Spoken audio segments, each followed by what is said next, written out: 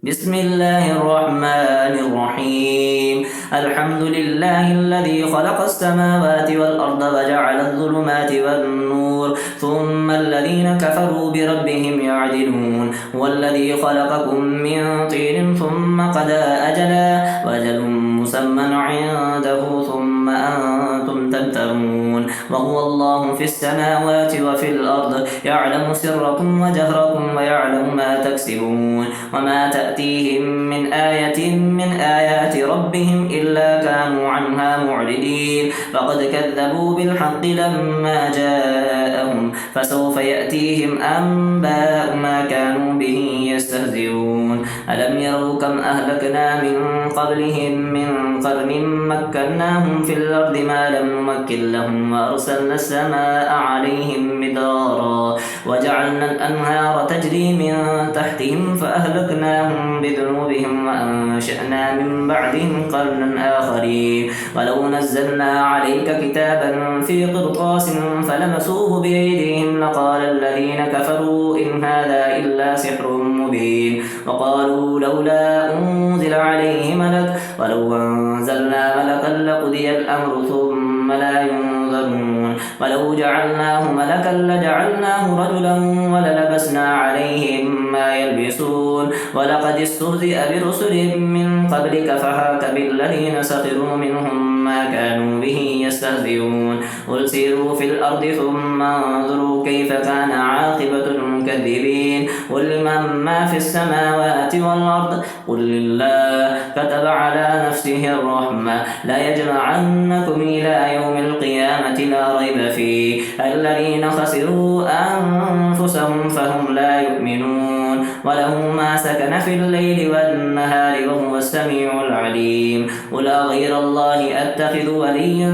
فاتر السماوات والأرض وهو يطعم ولا يطعم. قل إني أمرت أن أكون أول من أسلم ولا تكونن من المشركين. قل إني أخاف إن عصيت ربي عذاب يوم عظيم. من يصرف عنه يومئذ فقد رحمه وذلك الفوز المبين. وإن يمسسك الله بضر فلا كاشف له إلا هو وإن يمسسك بخير فهو على كل شيء قدير وهو القاهر فوق عباده وهو الحكيم الخبير. قل أي شيء أكبر شهادة قل الله شهيد بيني وبينكم أوحي إلي هذا القرآن لأنذركم به ومن بلغ أئنكم لتشهدون أن مع الله آلهة أخرى قل لا أشهد قل إنما هو إله واحد وإنني بريء مما تشركون. الذين آتيناهم الكتاب يعرفونه كما يعرفون أبناءهم الذين خسروا أنفسهم فهم لا يؤمنون. ومن أظلم ممن افترى على الله كذبا أو كذب بآياته إنه لا يفلح الظالمون. ويوم نحشرهم جميعا ثم نقول للذين أشركوا أين شركاؤكم الذين كنتم تزعمون ثم لم تكن فتنتهم إلا أن قالوا والله ربنا ما كنا مشركين. انظر كيف كذبوا على أنفسهم وضل عنهم ما كانوا يفترون. ومنهم من يستمع إليك وجعلنا على قلوبهم أكنة أن يفقهوه وفي آذانهم وقرا وإن يروا كل آية لا يؤمنوا بها حتى إذا جاءوك يجادلونك يقول الذين كفروا إن هذا إلا أساطير الأولين.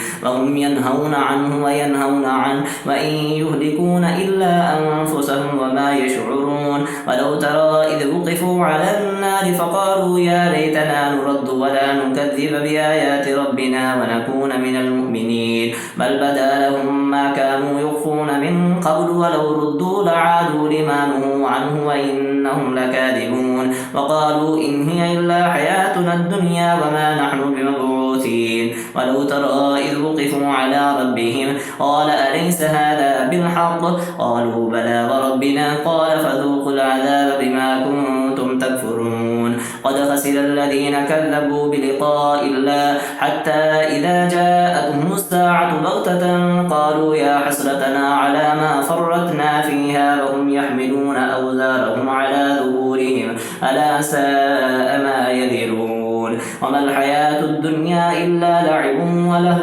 وللدار الآخرة خير للذين يتقون أفلا تعقلون قد نعلم إنه ليحزنك الذين يقولون فإنهم لا يكذبونك ولكن الظالمين بآيات الله يجحدون ولقد كذبت رسل من قبلك فصبروا على ما كذبوا وأوذوا حتى أتاهم نصرنا ولا مبدل لكلمات الله ولقد جاءك من نبأ المرسلين وإن كان كبر عليك إعراضهم فإن استطعت أن تبتغي نفقا في الأرض أو سلما في السماء فتأتيهم بآية ولو شاء الله لجمعهم على الهدى فلا تكونن من الجاهلين إنما يستجيب الذين يسمعون والموتى يبعثهم الله ثم إليه يرجعون وقالوا لولا نزل عليه آية من ربي قل إن الله قادر على أن ينزل آية ولكن أكثرهم لا يعلمون وما من دابة في الأرض ولا طائر يطير بجناحيه إلا أمم أمثالكم ما فرطنا في الكتاب من شيء ثم إلى ربهم يحشرون والذين كذبوا بآياتنا صم وبكم في الظلمات من يشاء الله يضلل ومن يشاء يجعله على صراط مستقيم قل أرأيتكم إن آتاكم عذاب الله أو أتتكم الساعة وغير الله تدعون إن كنتم صادقين بل إياه تدعون فيكشف ما تدعون إليه إن شاء وتنسون ما تشركون ولقد أرسلنا إلى أمم من قبلك فأخذناهم بالبأساء والضراء لعلهم يتضرعون فلولا إذ جاءهم بأسنا تضرعوا ولكن قست قلوبهم وزين لهم الشيطان ما كانوا يعملون فلما نسوا ما ذكروا به فتحنا عليهم أبواب كل شيء حتى إذا فرحوا بما أوتوا وأخذناهم بغتة فإذا هم مبلسون فقطع دابر القوم الذين ظلموا والحمد لله رب العالمين قل أرأيتم إن أخذ الله سمعكم وأبصاركم وختم على قلوبكم من إله غير الله يأتيكم به انظر كيف نصرف الآيات ثم هم يصرفون قل أرأيتكم إن آتاكم عذاب الله بغتة أو جهرة هل يهلك إلا القوم الظالمون وما نرسل المرسلين إلا مبشرين ومنذرين فمن آمن وأصلح فلا خوف عليهم ولا هم يحزنون والذين كذبوا بآياتنا يمسهم العذاب بما كانوا يفسقون قل لا أقول لكم عندي خزائن الله ولا أعلم الغيب ولا أقول لكم إني ملك إن أتبع إلا ما يوحى إلي قل هل يستوي الأعمى والبصير أفلا تتفكرون وأنذر به الذين يخافون أن يحشروا إلى ربهم ليس لهم من دونه ولي ولا شفيع لعلهم يتقون ولا تطرد الذين يدعون ربهم بالغداة والعشي يريدون وجهه ما عليك من حسابهم من شيء وما من حسابك عليهم من شيء فتطردهم فتكون من الظالمين وكذلك فتنا بعدهم ببعد ليقولوا أهؤلاء من الله عليهم من بيننا أليس الله بأعلم بالشاكرين وإذا جاءك الذين يؤمنون بآياتنا فقل سلام عليكم كتب ربكم على نفسه الرحمة أنه من عمل منكم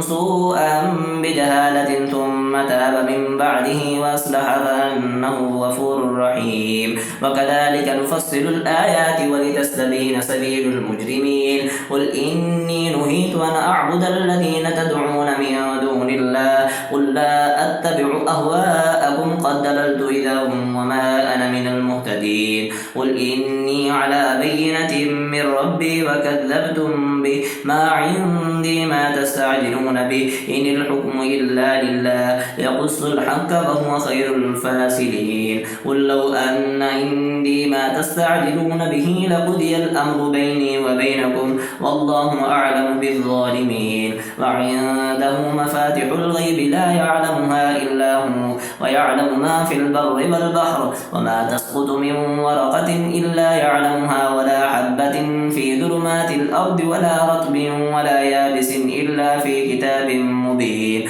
وهو الذي يتوفاكم بالليل ويعلم ما جرحتم بالنهار ثم يبعثكم فيه ليقضى أجل مسمى ثم إليه مرجعكم ثم ينبئكم بما كنتم تعملون وهو القاهر فوق عباده ويرسل عليكم حفظة حتى إذا جاء أحدكم الموت توفته رسلنا وهم لا يفرطون ثم ردوا إلى الله مولاهم الحق ألا له الحكم وهو أسرع الحاسبين قل من ينجيكم من ظلمات البر والبحر تدعونه تضرعا وخفيا لئن أنجانا من هذه لنكونن من الشاكرين قل الله ينجيكم منها ومن كل كرب ثم أنتم تشركون قل هو القادر على أن يبعث عليكم عذابا من فوقكم أو من تحت أرجلكم أو يلبسكم شيعا ويذيق بعضكم بأس بعض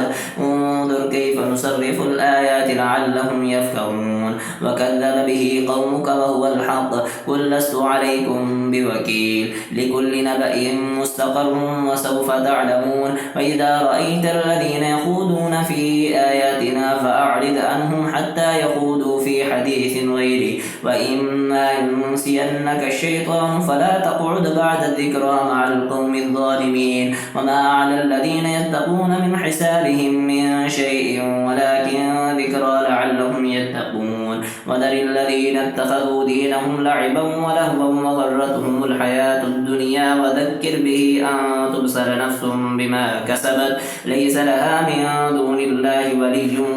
ولا شفيع وإن تعدل كل عدل لا يؤخذ منها أولئك الذين أبصروا بما كسبوا لهم شراب من حميم وعذاب عليم بما كانوا يكفرون ولا ندعو من دون الله ما لا ينفعنا ولا يضرنا ونرد على أعقابنا بعد إذ هدانا الله كالذي استهوته الشياطين في الأرض حيران له أصحاب يدعونه إلى الهدى ائتنا قل إن هدى الله هو الهدى وأمرنا لنسلم لرب العالمين ونقيم الصلاة واتقوه وهو الذي إليه تحشرون وهو الذي خلق السماوات والأرض بالحق ويوم يقول كن فيكون قوله الحق وله الملك يوم ينفخ في الصور عالم الغيب والشهادة وهو الحكيم الخبير وإذ قال إبراهيم لأبيه آذر أتتخذ أصناما آلهة إني أراك وقومك في ضلال مبين وكذلك نري إبراهيم ملكوت السماوات والأرض وليكون من الموقنين فلما جن عليه الليل رأى كوكبا قال هذا ربي فلما أفل قال لا أحب الآفلين فلما رأى القمر بازغا قال هذا ربي فلما أفل قال لئن لم يهدني ربي لأكونن من القوم الضالين فلما رأى الشمس بازغة قال هذا ربي هذا أكبر فلما أفلت قال يا قوم إني بريء مما تشركون إني وجهت وجهي للذي فطر السماوات والأرض حنيفا وما أنا من المشركين وحاجه قومه قال أتحاجوني في الله وقد هدان ولا أخاف ما تشركون به إلا أن يشاء ربي شيئا وسع ربي كل شيء علما أفلا تتذكرون وكيف أخاف ما أشركتم ولا تخافون أنكم أشركتم بالله ما لم ينزل به عليكم سلطانا فأي الفريقين أحق بالأمن إن كنتم تعلمون الذين آمنوا ولم يلبسوا إيمانهم بظلم أولئك لهم الأمن وهم مهتدون مهتدون وتلك حجتنا آتيناها إبراهيم على قومه نرفع درجات من نشاء إن ربك حكيم عليم ووهبنا له إسحاق ويعقوب كلا هدينا ونوحا هدينا من قبل ومن ذريته داود وسليمان وأيوب ويوسف وموسى وهارون وكذلك نجزي المحسنين وزكريا ويحيى وعيسى وإلياس كل من الصالحين وإسماعيل واليسع ويونس ولوطا وكلا فضلنا على العالمين ومن آبائهم وذرياتهم وإخوانهم واجتبيناهم وهديناهم إلى صراط مستقيم ذلك هدى الله يهدي به من يشاء من عباده ولو أشركوا لحبط عنهم ما كانوا يعملون أولئك الذين آتيناهم الكتاب والحكم والنبوة فإن يكفر بها هؤلاء فقد وكلنا بها قوما ليسوا بها كافرين أولئك الذين هدى الله فبهداه مقتدي قل لا أسألكم عليه أجرا إن هو إلا ذكرى للعالمين وما قدروا الله حق قدره إذ قالوا ما أنزل الله على بشر من شيء قل من أنزل الكتاب الذي جاء به موسى نورا وهدى للناس تجعلونه قراتيس تبدونها وتخفون كثيرا وعلمتم ما لم تعلموا أنتم ولا آباؤكم قل الله ثم ذرهم في خوضهم يلعبون وهذا كتاب أنزلناه مبارك مصدق الذي بين يديه ولتنذر أم القرى ومن حولها والذين يؤمنون بالآخرة يؤمنون به وهم على صلاتهم يحافظون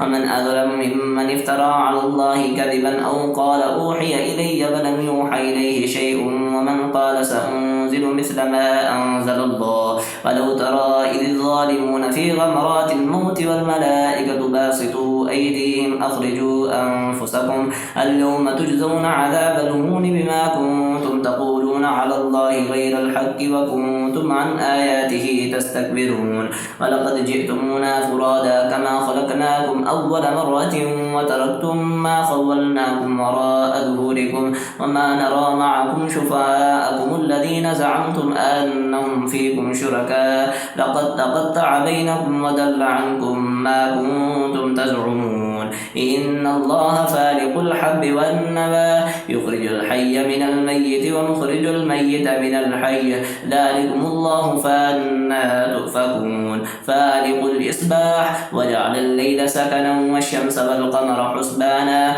ذلك تقدير العزيز العليم وهو الذي جعل لكم النجوم لتهتدوا بها في ظلمات البر والبحر قد فسرنا الآيات لقوم يعلمون وهو الذي أنشأكم من نفس واحدة فمستقر ومستودع قد فسرنا الآيات لقوم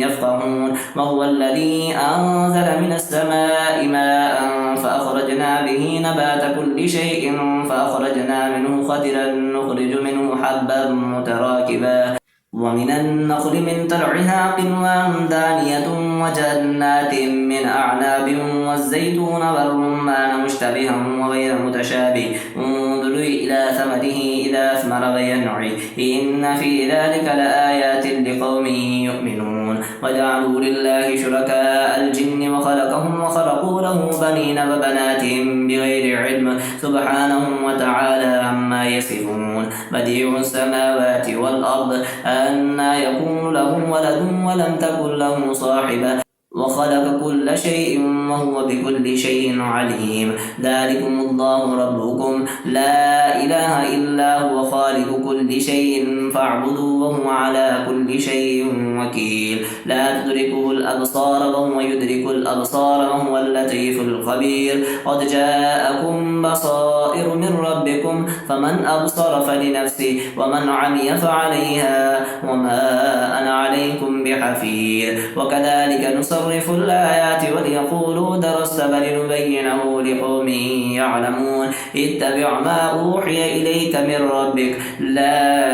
إله إلا هو وأعرض عن المشركين ولو شاء الله ما أشركوا وما جعلناك عليهم حفيظا وما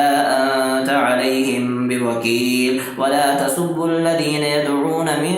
دون الله فيسبوا الله عدوا بغير علم كذلك زينا لكل أمة عملهم ثم إلى ربهم مرجعهم فينبئهم بما كانوا يعملون وأقسموا بالله جهد أيمانهم لئن جاءتهم آية ليؤمنن بها قل إنما الآيات عند الله وما يشعركم أنها إذا جاءت لا يؤمنون ونقلب أفئدتهم وأبصارهم كما لم يؤمنوا به أول مرة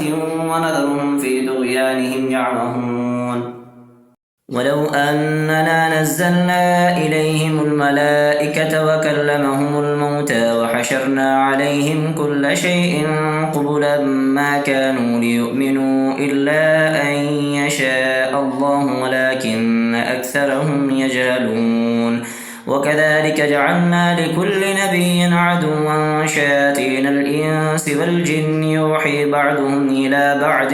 زخرف القول غرورا ولو شاء ربك ما فعلوه فذرهم وما يفترون ولتصغى إليه أفئدة الذين لا يؤمنون بالآخرة وليرضوه وليقترفوا ما هم مقترفون أفغير الله يبتغي حكما وهو الذي أنزل إليكم الكتاب مفصلا والذين آتيناهم الكتاب يعلمون أنه منزل من ربك بالحق فلا تكونن من الممترين وتمت كلمة ربك صدقا وعدلا لا مبدل لكلماته وهو السميع العليم وإن تطع أكثر من في الأرض يضلوك عن سبيل الله إن يتبعون إلا الظن وإن هم إلا يخرصون إن ربك هو أعلم من يضل عن سبيله وهو أعلم بالمهتدين فكلوا مما ذكر اسم الله عليه إن كنتم بآياته مؤمنين وما لكم ألا تأكلوا مما ذكر اسم الله عليه وقد فسر لكم ما حرم عليكم إلا ما اضطررتم إليه وإن كثيرا ليضلون بأهوائهم بغير علم إن ربك هو أعلم بالمعتدين وذروا ظاهر الإثم وباطنه إن الذين يكسبون الإثم سيجزون بما كانوا يقترفون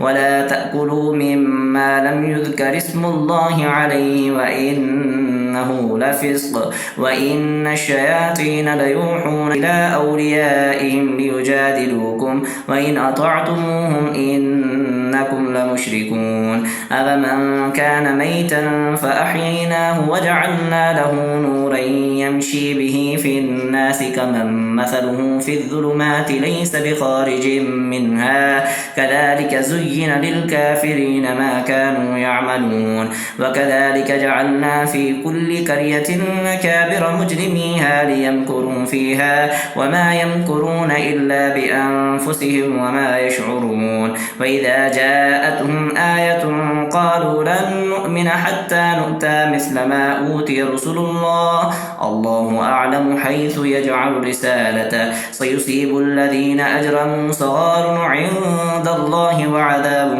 شديد بما كانوا يمكرون فمن يرد الله أن يهديه يشرح صدره للإسلام ومن يرد أن يضله يجعل صدره ضيقا حرجا كأنما يصعد في السماء كذلك يجعل الله الرجس على الذين لا يؤمنون وهذا صراط ربك مستقيما قد فصلنا الآيات لقوم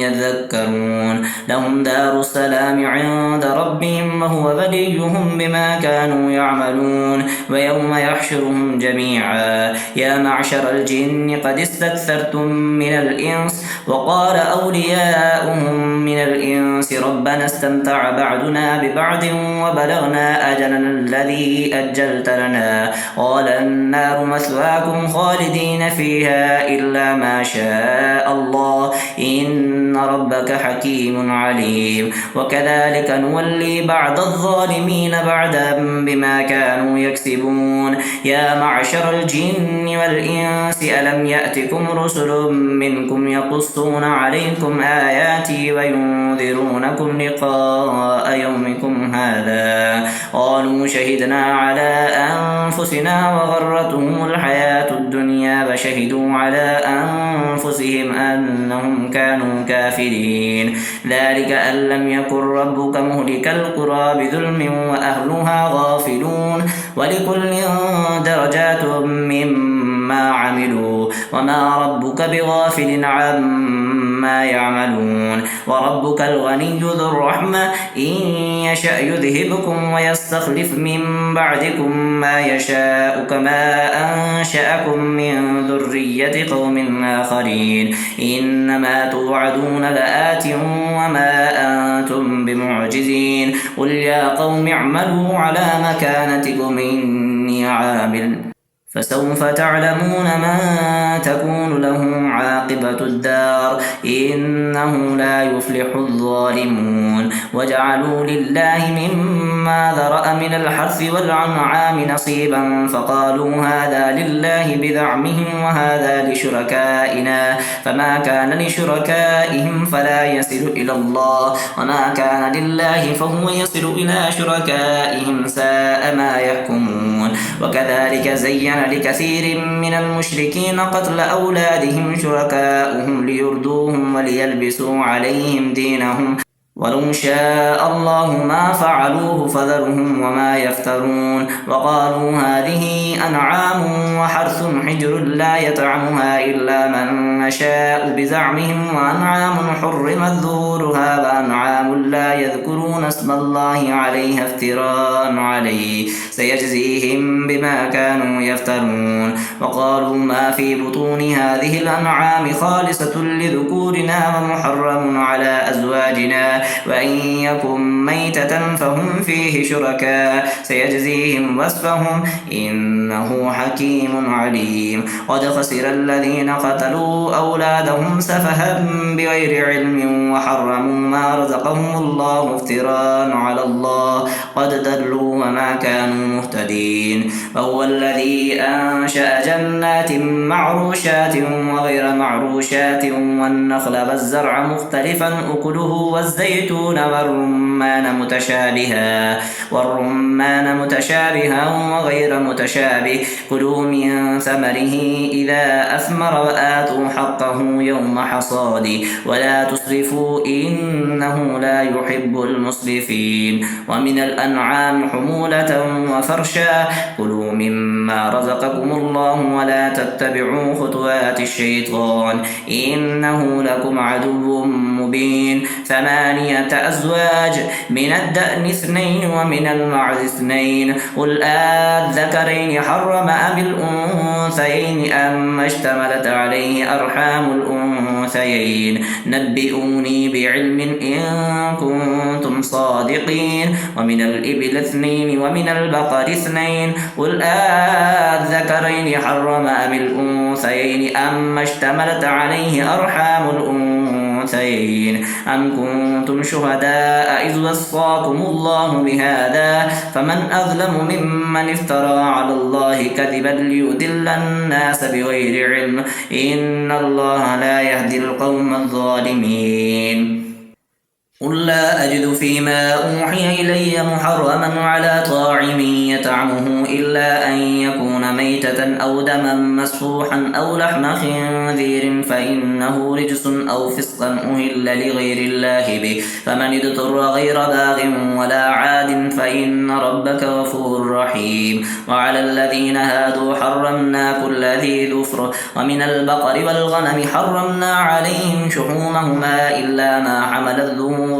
أو الحوايا أو ما اختلط بعظم ذلك جزيناهم ببغيهم وإنا لصادقون فإن كذبوك فقل ربكم ذو رحمة واسعة ولا يرد بأسه عن القوم المجرمين سيقول الذين أشركوا لو شاء الله ما أشركنا ولا آباؤنا ولا حرمنا من شيء كذلك كذب الذين من قبلهم حتى ذاقوا بأسنا قل هل عندكم من علم فتخرجوه لنا إن تتبعون إلا الظن وإن أنتم إلا تخرصون قل فلله الحجة البالغة فلو شاء لهداكم أجمعين قل هلم شهداءكم الذين يشهدون أن الله حرم هذا فإن شهدوا فلا تشهد معهم ولا تتبع أهواء الذين كذبوا بآياتنا والذين لا يؤمنون بالآخرة وهم بربهم يعدلون قل تعالوا أتل ما حرم ربكم عليكم ألا تشركوا به شيئا وبالوالدين إحسانا ولا تقتلوا أولادكم من إملاق نحن نرزقكم وإياهم ولا تقربوا الفواحش ما ظهر منها وما بطن ولا تقتلوا النفس التي حرم الله إلا بالحق ذلكم وصاكم به لعلكم تعقلون ولا تقربوا مال اليتيم إلا بالتي هي أحسن حتى يبلغ أشده وأوفوا الكيل والميزان بالقسط لا نكلف نفسا إلا وسعها وإذا قلتم فاعدلوا ولو كان ذا قربى وبعهد الله أوفوا ذلكم وصاكم به لعلكم تذكرون وأن هذا صراطي مستقيما فاتبعوه ولا تتبعوا السبل فتفرق بكم عن سبيله ذلكم وصاكم به لعلكم تتقون ثم آتينا موسى الكتاب تماما على الذي أحسن وتفصيلا لكل شيء وهدى ورحمة لعلهم بلقاء ربهم يؤمنون وهذا كتاب أنزلناه مبارك فاتبعوه واتقوا لعلكم ترحمون أن تقولوا إنما أنزل الكتاب على طائفتين من قبلنا وإن كنا عن دراستهم لغافلين أو تقولوا لو أنا أنزل علينا الكتاب لكنا أهدى منهم فقد جاءكم بينة من ربكم وهدى ورحمة فمن أظلم ممن كذب بآيات الله وصدف عنها سنجزي الذين يصدفون عن آياتنا سوء العذاب بما كانوا يصدفون هل ينظرون إلا أن تأتيهم الملائكة أو يأتي ربك أو يأتي بعض آيات ربك يوم يأتي بعض آيات ربك لا ينفع نفسا إيمانها لم تكن آمنت من قبل أو كسبت في إيمانها خيرا قل انتظروا إنا منتظرون إن الذين فرقوا دينهم وكانوا شيعا لست منهم في شيء إنما أمرهم إلى الله ثم ينبئهم بما كانوا يفعلون من جاء بالحسنة فله عشر أمثالها ومن جاء بالسيئة فلا يجزى إلا مثلها وهم لا يظلمون قل إنني هداني ربي إلى صراط مستقيم دينا قيما ملة إبراهيم حنيفا وما كان من المشركين قل إن صلاتي ونسكي ومحياي ومماتي لله رب العالمين لا شريك له وبذلك أمرت وأنا أول المسلمين قل أغير الله أبغي ربا وهو رب كل شيء ولا تكسب كل نفس إلا عليها ولا تزر وازرة وزر أخرى ثم إلى ربكم مرجعكم فينبئكم بما كنتم فيه تختلفون وهو الذي جعلكم خلائف الأرض ورفع بعدكم فوق بعد درجات ليبلوكم فيما آتاكم إن ربك سريع العقاب وإنه لغفور رحيم